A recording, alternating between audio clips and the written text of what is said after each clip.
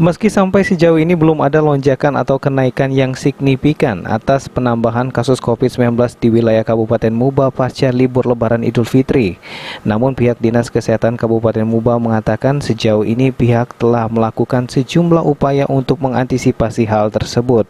Upaya tersebut seperti melakukan testing ke sejumlah warga terutama yang datang atau berasal dari luar kabupaten, melacak keberadaannya dan melakukan isolasi bagi warga yang terdeteksi positif COVID-19. Dengan memaksimalkan posko COVID-19 yang ada di kecamatan maupun pedesaan.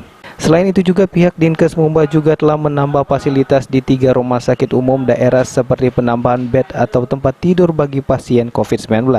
Sementara untuk penambahan ruang isolasi bagi warga yang terpapar virus COVID-19, Kepala Bidang Kesehatan Masyarakat Dinas Kesehatan Kabupaten Muba Mariadi mengatakan tidak ada penambahan gedung baru karena memang sejauh ini gedung isolasi di Muba masih tergolong cukup. Siap. Jadi untuk di Dinas Kesehatan Kabupaten Musi Banyu Asin, jadi antisipasi untuk lonjakan kasus COVID-19 di sini, jadi ada beberapa strategi. Yang pertama kita tetap 3T atau TLI kita upayakan dimaksimalkan masif dan cepat. Terus kita melakukan tracing ke kontak-kontak erat yang memang kita temukan kasus-kasus konfirmasi. Terus yang kedua kita terus meningkatkan pelayanan di rumah sakit, yaitu ruang perawatan COVID-nya. Jadi jumlah tempat tidurnya kalau memang kita evaluasi adanya penambahan, ya kita akan coba usahakan untuk penambahan tempat tidur.